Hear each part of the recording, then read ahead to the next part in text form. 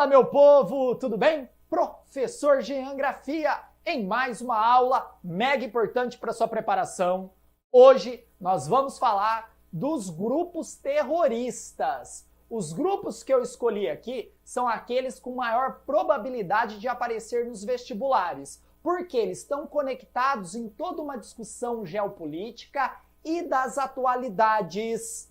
Então fica muito ligado porque eu vou falar da Al-Qaeda, sim, a Al-Qaeda de Osama Bin Laden, o terrorista responsável pelo maior atentado terrorista que a gente já viu. As Torres Gêmeas que já se ruíram. Você já assistiu a aula que tem aqui na plataforma. Vem cá. O outro grupo eu vou falar do Ansar al-Sharia. É o grupo iemita que atua no Iêmen, grupo iemita, que quer tomar a posse de todo o território do pequeno país do Oriente Médio e transformá-lo num califado. O outro grupo é o temido Boko Haram, que anos atrás foi relatado por agências especializadas em terrorismo como o grupo terrorista mais mortal dos últimos anos. Assassinatos em massa e atrocidades sem fins. Depois, o Estado Islâmico, ou Daesh, ou ISIS, aquele grupo terrorista que conquistou metade do território do Iraque e grande parte do território da Síria.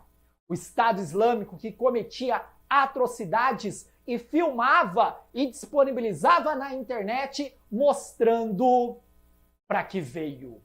O outro grupo terrorista que nós vamos trabalhar é o Al-Shabaab. O Al-Shabaab é um grupo terrorista localizado na Somália, no chifre da África, uma das regiões mais pobres do mundo, onde eu encontro Somália, Eritreia, Djibouti e Etiópia.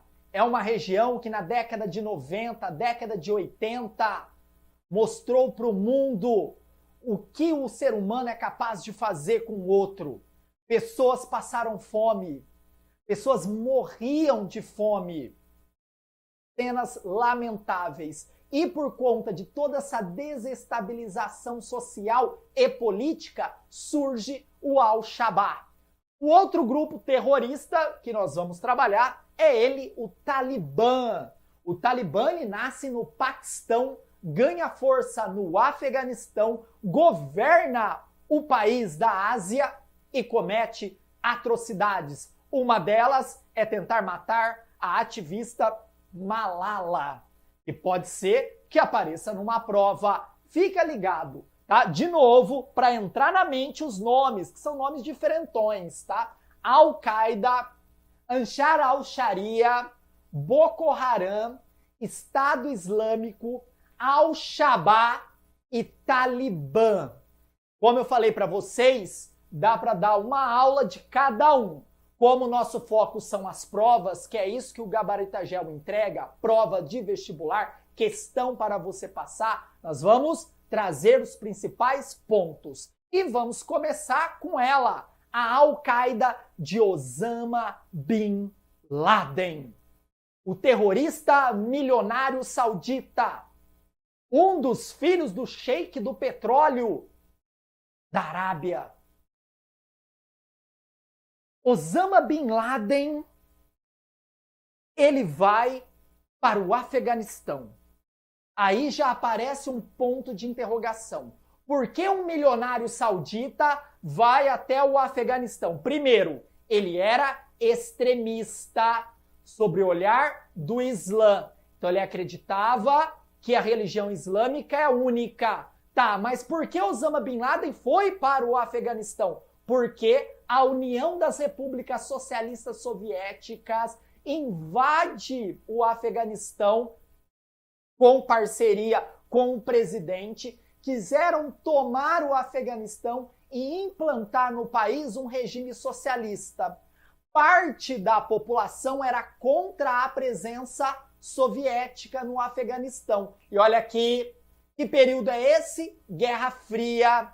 Na Guerra Fria, onde estava envolvida a União Soviética, também estava envolvida quem? Isso, os Estados Unidos da América. Como parte da população estava contra a presença soviética, os Estados Unidos arma essa parte da população. Vietnã, Coreia, tudo o mesmo esquema. De um lado, União Soviética, de outro lado, Estados Unidos, lutando indiretamente. E por conta da presença soviética no Afeganistão, Osama Bin Laden vai para o Afeganistão. Fala, calma, o que é isso? O Afeganistão é um país islâmico. País islâmico. A União Soviética é avessa à religião. O regime socialista não aceita. Então, o que vai acontecer? A retirada do Islã como religião oficial do Afeganistão. Osama, como era contrário a isso, foi lá lutar contra a presença da União Soviética. E o Osama Bin Laden, ele foi treinado pela CIA. Isso mesmo, foi treinado pelos Estados Unidos, junto com esse grupo de pessoas que eram contrárias à presença da União Soviética. Esse grupo era os Mujahedins. Mujahedins. Tá, Jean, e aí? Como ficou? Desculpa. Calma, gente, tá? O inimigo tá agindo hoje. Tá difícil. Ao vivo. Só, cara, quem sabe faz ao vivo. Deixa passar. Pronto, desculpa. Volta. O Osama Bin Laden recebe esse treinamento junto com os Mujahedins e derrotam a União Soviética. A União Soviética perde a guerra do Afeganistão e se instala no Afeganistão um regime islâmico no qual pessoas ligadas ao Mujahedins, que eram estudantes do Corão, ganham força dentro do grupo e tomam o país. Então, de novo, a União Soviética sai derrotada. O país está sem governo. Os Estados Unidos só forneceu arma para derrotar a União Soviética. Esse grupo dos Mujahedins, parte deles eram estudantes do Corão, eram pessoas mais radicalizadas dentro do Islã. Eles ganham forças principalmente nas vilas e tomam o poder do país. Resumidamente, a história foi essa. Nisso, Osama Bin Laden fica no Afeganistão um tempo. E na década de 90, a visão de Osama Bin Laden frente aos Estados Unidos começa a mudar. Olha que interessante. E aí a gente vai entrar na questão que envolve a Al-Qaeda. Aí que a Al-Qaeda aparece. O Osama começa a ter uma visão diferente dos Estados Unidos. Por quê? Os Estados Unidos invadem o Kuwait. Vocês estão lembrados da Guerra do Golfo? Quando Saddam Hussein, vocês tiveram essa aula aqui também, Saddam Hussein invade o Kuwait, os Estados Unidos vai e invade o Kuwait para expulsar Saddam Hussein. O Osama, ele era contrário a tudo aquilo que o Saddam fazia no Iraque. Totalmente contrário, porque o Saddam era um líder mais aberto. Então ele transformou o país Iraque num país laico. Totalmente contrário àquilo que Osama Bin Laden achava que era o correto. Já que Osama queria que toda essa região do Oriente Médio ficava sobre a lei do Islã. Então ele era inimigo do Saddam Hussein. Aí ele vai lá e bate um fio, liga para os reis da Arábia Saudita e fala o seguinte, olha, eu tenho soldados aqui no Afeganistão, os Mujahedins, né, que depois se transformaram nos talibãs, uma parte deles, eu quero ir lutar contra Saddam Hussein, expulsar Saddam. O presidente, o rei da Arábia Saudita foi contrário à vinda de Osama Bin Laden. E o rei da Arábia Saudita apoiou os Estados Unidos. Cara, o Osama ficou pé da vida com o rei da Arábia Saudita, falando que ele era um traidor, que ele estava entregando o Oriente Médio à cultura ocidental estadunidense. Os Estados Unidos vence a Guerra do Golfo, não retira Saddam Hussein, e o Saddam, aliás, e o Osama fica pé da vida com tudo isso.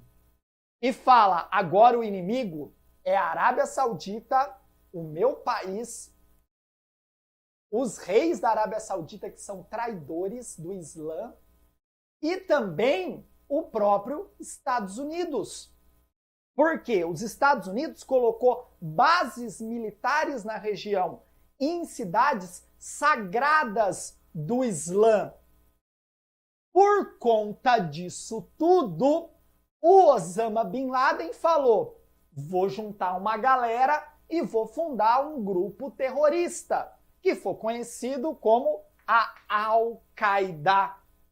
A Al-Qaeda. O Osama sabia que uma luta, um embate, o seu exército, Mujahedin, contra os Estados Unidos era impossível. Aí ele se organiza dentro do Afeganistão para fazer incursões terroristas no mundo. E a Al-Qaeda, ela fez vários atentados. O mais famoso e o mais impactante foi do World Trade Center. Mas já tinha indícios anteriores. Vem cá. Nós tivemos, na Embaixada do Quênia, na Embaixada da Somália. A Al-Qaeda, ela foi tão, assim, cara, impressionante que ela bombardeou com mísseis o bombardeio US Cole, que era um grande bombardeio estadunidense que estava atracado no Iêmen. Olha a audácia da Al-Qaeda. Já mostrava que ela poderia cometer um atentado muito maior.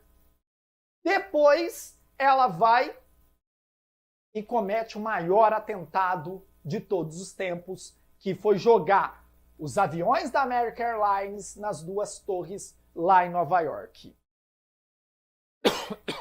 Desculpa. Tá difícil. Vem cá. Tá, a Al-Qaeda para por aí? Não. A Al-Qaeda também, olha aqui, anos depois, vai cometer também um atentado que marca a França, que foi a morte dos cartunistas do jornal Charlie Hebdo. Uma das regras do Islã, entre aspas, é que a imagem de Mohammed, Maomé, para nós brasileiros, ela nunca pode ser mostrada, criada. Ela tem que ficar somente no imaginário, não tem uma feição. E o Charlie Hebdo, o que ele fez? Uma charge satirizando Mohammed. Então desenhou a figura de Mohammed e publicou. Lembrando que a França, ela sempre vai proteger os direitos civis, que é principalmente a liberdade de expressão. Nasce na França toda essa discussão dos direitos. E esse direito é muito defendido dentro da França. E o Charlie Hebdo publicou. A Al-Qaeda, totalmente contra isso, se organizou e atacou, matando os jornalistas. Vem cá. Tá, mas como assim, Jean? O Osama Bin Laden estava se alocado no Afeganistão. Depois foi encontrado no Paquistão, numa mansão, e foi morto pela tropa de elite dos Estados Unidos. Mas a Al-Qaeda não deixou de existir. Ela tinha ainda o segundo nome ali, né? O vice-dono da Al-Qaeda, entre aspas. Sim, a Al-Qaeda ela não parou. A Al-Qaeda ela sempre se organizou em células. Até hoje ela tem células espalhadas no mundo. E o mais interessante da organização terrorista é que as células elas não se comunicam e ninguém sabe quem é quem.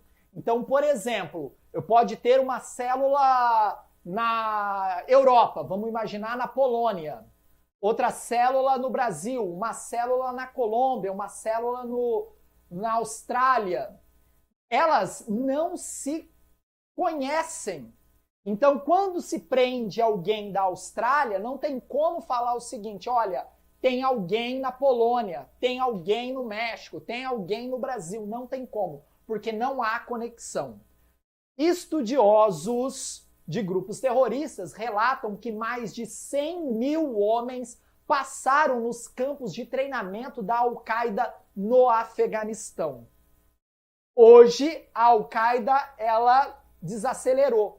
E melhor, ela se fragmentou. Então você tem a Al-Qaeda do Iêmen, a Al-Qaeda do Iraque, que depois vai virar Estado Islâmico. Você tem a Al-Qaeda da Arábia, você tem a Al-Qaeda do Magrebe, você tem a Al-Qaeda na Nigéria.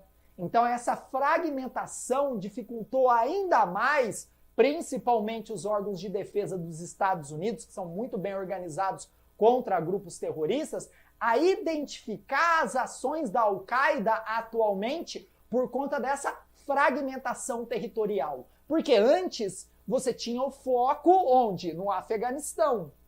Hoje, não mais. Não mais. Essa é a Al-Qaeda, que foi o maior grupo terrorista e hoje ela toma uma outra posição.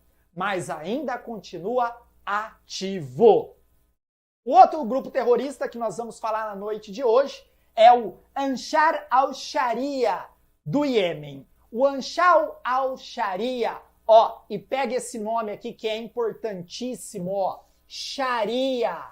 Por que é importante, Jean? Porque Sharia é o direito, guarda isso, direito islâmico. Direito islâmico. São regras sociais criadas a partir de uma visão religiosa no qual as pessoas devem seguir. Os estados muçulmanos, grande parte, separam religião de sociedade e das leis. Então, são leis civis que foram criadas. Aí, quando você tem um país sobre a lei da Sharia, é diferente.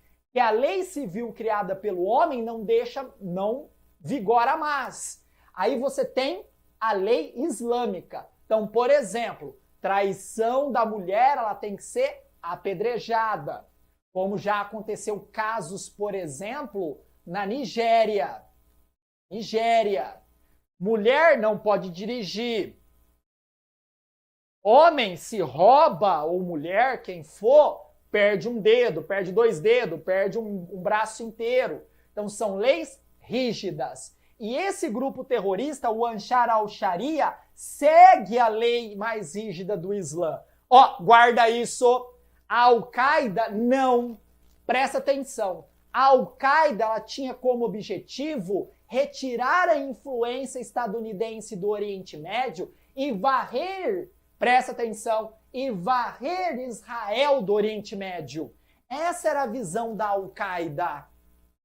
É diferente, ela não queria imprimir no país uma religião mais rígida. Ela não queria ter influência ocidental sobre os países árabes. Até o próprio Osama Bin Laden não chamava a Al-Qaeda de Al-Qaeda. Ele chamava de um grupo que lutava pelo Islã e era contra a presença judaica no Oriente Médio. Essa era a ideia da Al-Qaeda, diferente de todos os outros grupos que eu vou falar com vocês. E o Ansar al-Sharia é a mesma coisa, totalmente diferente. Queria dominar o território do Iêmen e criar uma república islâmica a partir da Sharia. Tá, onde surge esse grupo, Jean? Ele surge a partir da Revolução Iemita. E a Revolução Iemita, ela vem na mesma vibe da Primavera Árabe. Se você já viu a aula de Primavera Árabe, tá suave, né? Levante popular que se iniciou na Tunísia e veio varrendo a África do Norte, entrando no Oriente Médio pela Síria, que leva uma guerra interminável, que está conectada ao ISIS, e aí entra no pequeno país do Iêmen.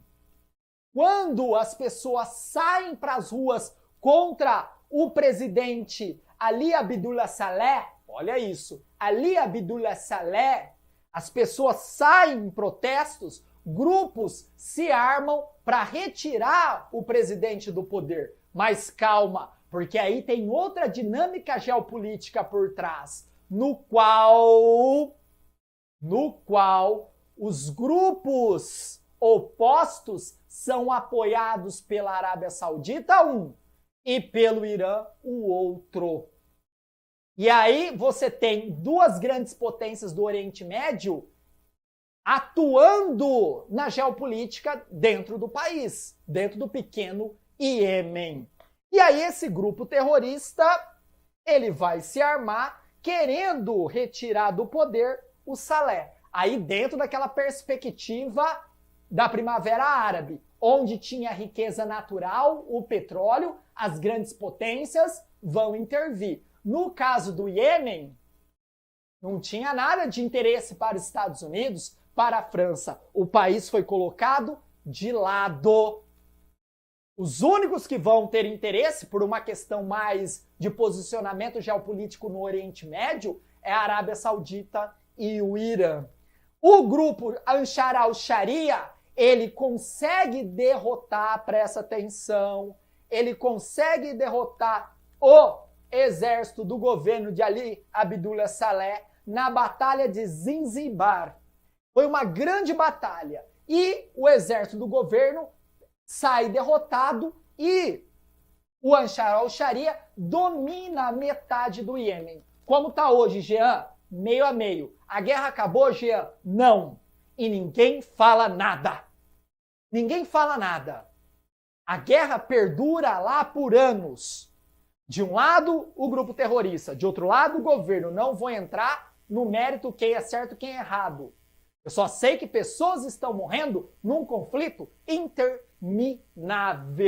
Desde a Primavera Árabe, a coisa ainda não se acalmou no Iêmen.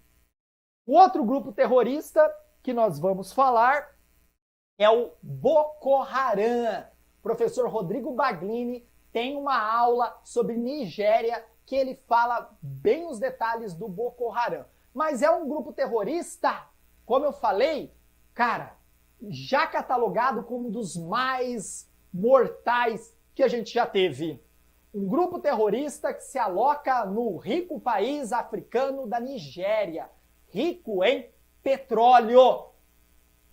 O Boko Haram, ele se aloca ao norte da Nigéria.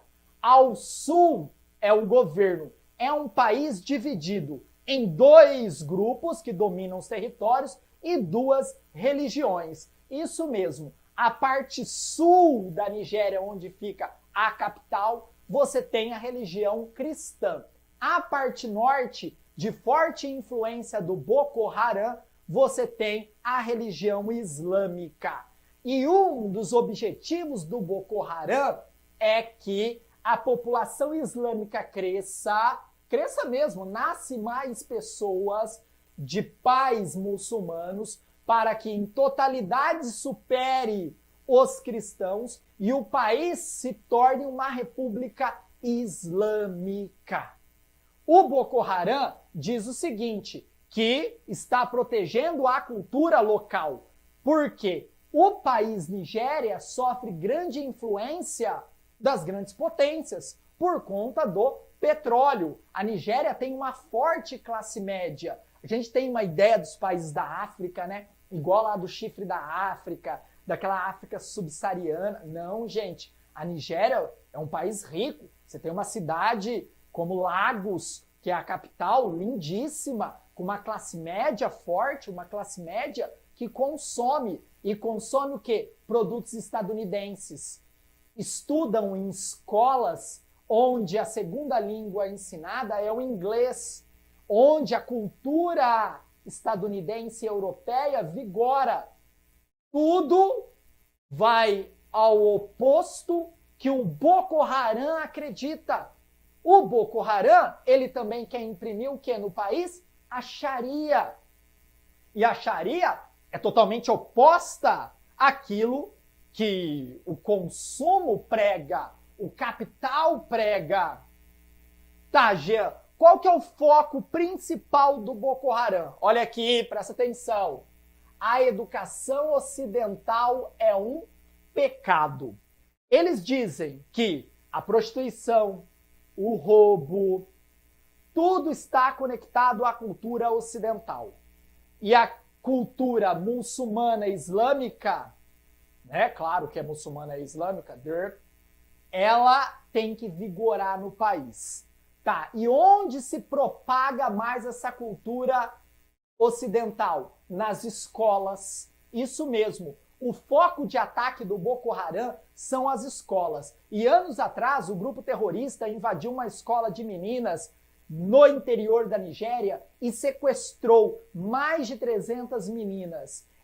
Muitas dessas meninas até hoje não foram encontradas. Muitas foram escravizadas, já que, pela interpretação do direito islâmico professado pela Sharia, as mulheres podem ser escravizadas. Muitas dessas mulheres escravizadas foram obrigadas a casar com homens que elas nunca tinham visto. E essas mulheres engravidaram. Com aquele pensamento que eu falei para vocês do Boko Haram em aumentar a população islâmica da Nigéria. E estão conseguindo. Nasce muito mais muçulmanos do que cristão no país africano. O Boko Haram já entrou em escolas também e cometeu grandes chacinas, genocídios em massa, principalmente em áreas que ainda não tem tanta influência da Sharia, tá? Áreas que ainda têm presença do exército nigeriano. Então eles entram lá, cometem atrocidades porque a população não vê outra escolha. Se a gente não apoiar o Boko Haram, eles vão nos matar. Aí a população apoia o Boko Haram. E uma das principais ações que essa população tem que tomar a favor do Boko Haram é se convertendo para o Islã. Então, se você é cristão, você também tem que se transformar em um muçulmano sunita. Gente, eu, lá na década de 80, era um pequeno Jean. E eu vivi muito o período da Guerra Fria. Na Guerra Fria, por conta de Estados Unidos, União Soviética, a União Soviética apoiava o Irã, que é xiita, e os Estados Unidos apoiavam o Iraque, que é sunita. Já contei isso em aulas anteriores também aqui na plataforma. A gente tinha uma visão que ser extremista era ser xiita. E não tem nada a ver. Tanto dentro dos sunitas quanto dentro dos xiitas, você tem grupos extremos.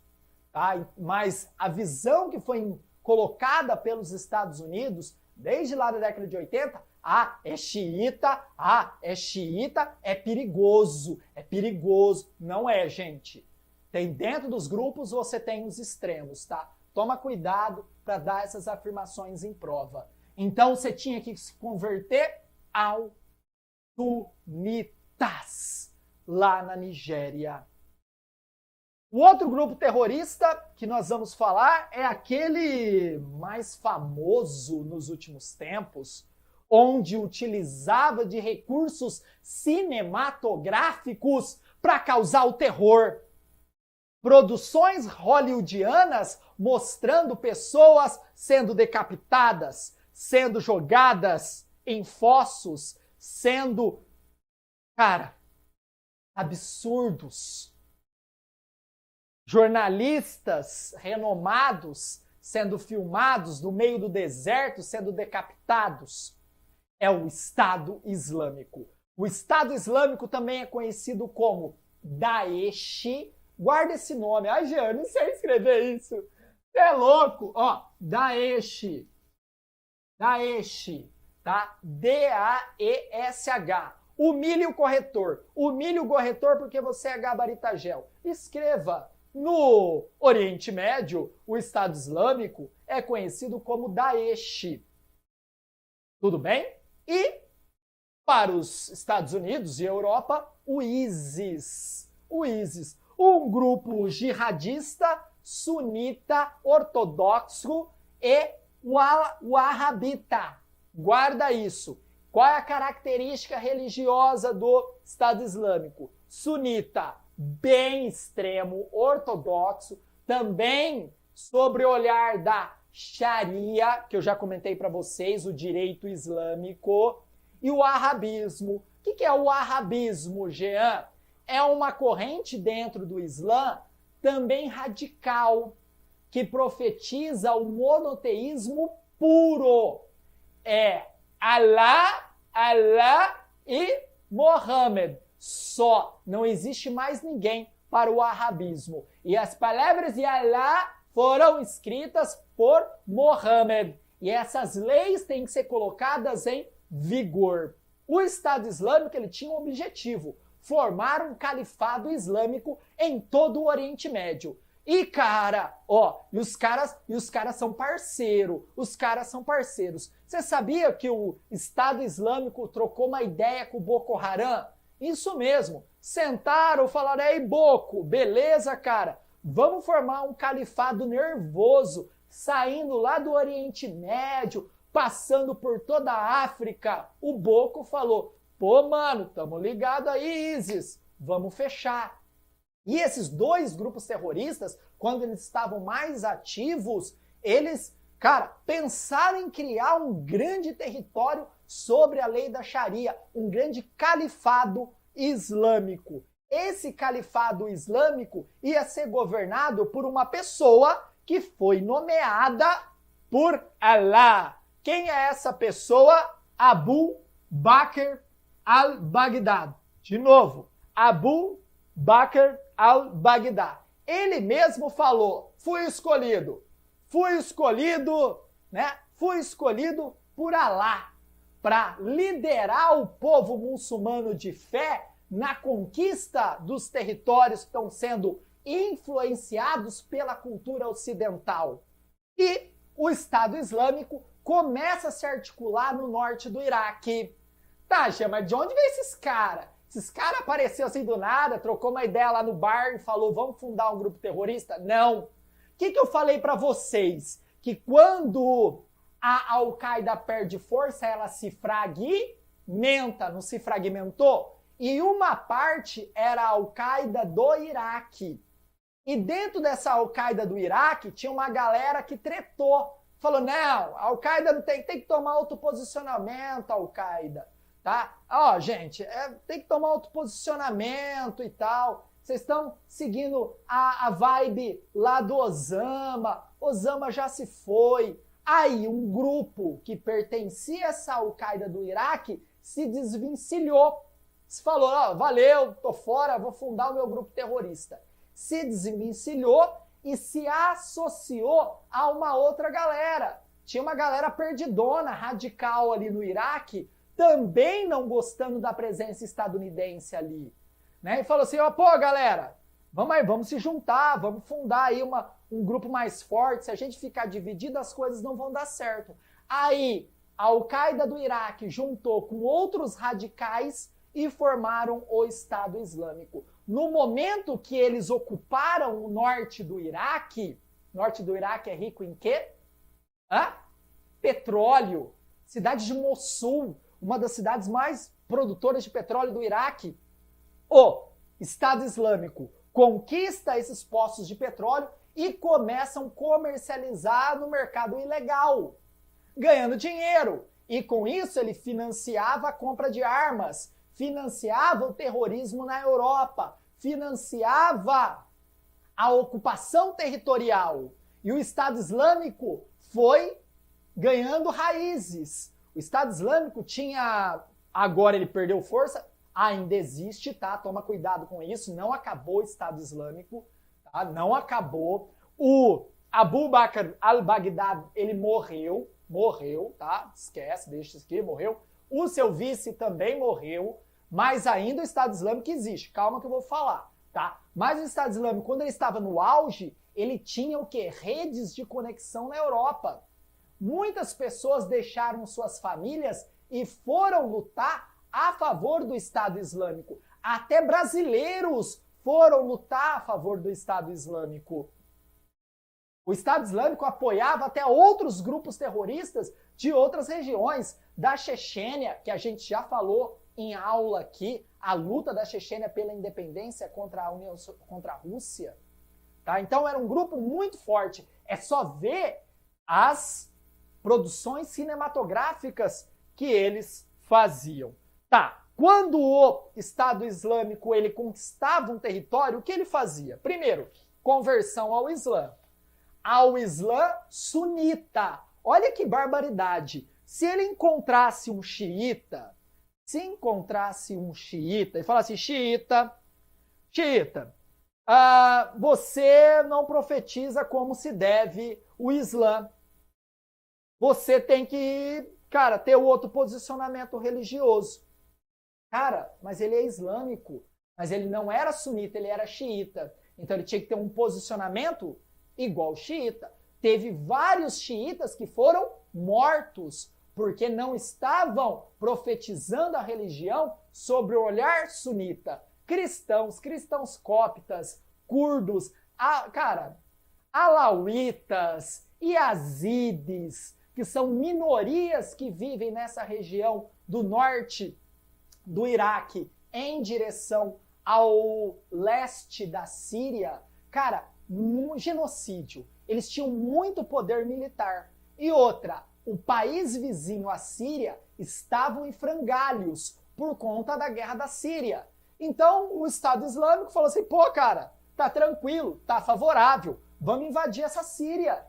Tem ninguém, ó, tá um regaço, tá uma treta só, vamos aumentar o nosso território conquistado, vamos ocupar toda a Síria. Foi aí o erro do Estado Islâmico. Por que, Jean, o erro? Porque no momento que ele ampliou a sua conquista territorial, começou a cutucar outros países. Os Estados Unidos passou a ver o Estado Islâmico, que antes não era nenhum problema para os Estados Unidos, como um problema. A Rússia também via o Estado Islâmico agora como problema. A Turquia do Erdogan, via o Estado Islâmico como problema. E o Estado Islâmico tava com o peito, cara, ó, tô podendo, tô mandando. E aí vem toda a derrocada do grupo terrorista. Uma das principais marcas do Estado Islâmico, muito triste, é a destruição de patrimônios, cara, da humanidade. Cidades inteiras, como a cidade de Palmira, a cidade de Edra, foram destruídas pelo Estado Islâmico. Destruídas. Por quê? Qual que era a visão? Culto apenas de Mohammed e de Alá. Não poderia ter divindades. Então essas cidades foram bombardeadas, cara. Deixou rastro de destruição o Estado Islâmico. O outro grupo terrorista da noite de hoje é o Al-Shabaab. O Al-Shabaab. Cara, ele atua no chifre da África, onde você tem Etiópia, Somália, Djibouti, Eritreia e mais no interior do Quênia. Chifre da África porque parece o chifre de um rinoceronte. Parece mesmo, gente. Igualzinho. É uma região muito pobre. O Al-Shabaab, ele surge por conta de uma instabilidade política do país. O presidente, ele é deposto e gera um vazio dentro da Somália, um vazio de governo. Com isso, grupos se reuniram, se armaram para tomar em assalto o país, dominar todo o país. Mas lembrando que a Somália tem aquela disputa tribal como qualquer outro país africano. Então, dentro do país, você tem a tribo A contra a tribo B, contra a tribo C, disputando o mesmo território e os mesmos recursos. Por conta disso, gerou uma escalada de violência. Até que os Estados Unidos tenta apaziguar o país e colocar de novo no poder do presidente, mas não consegue. Vou dar uma dica: Falcão Negro em Perigo. Assista esse filme que retrata a presença do Al-Shabaab. O Al-Shabaab, ele atua, tá, na cidade de Mogadíscio, tá?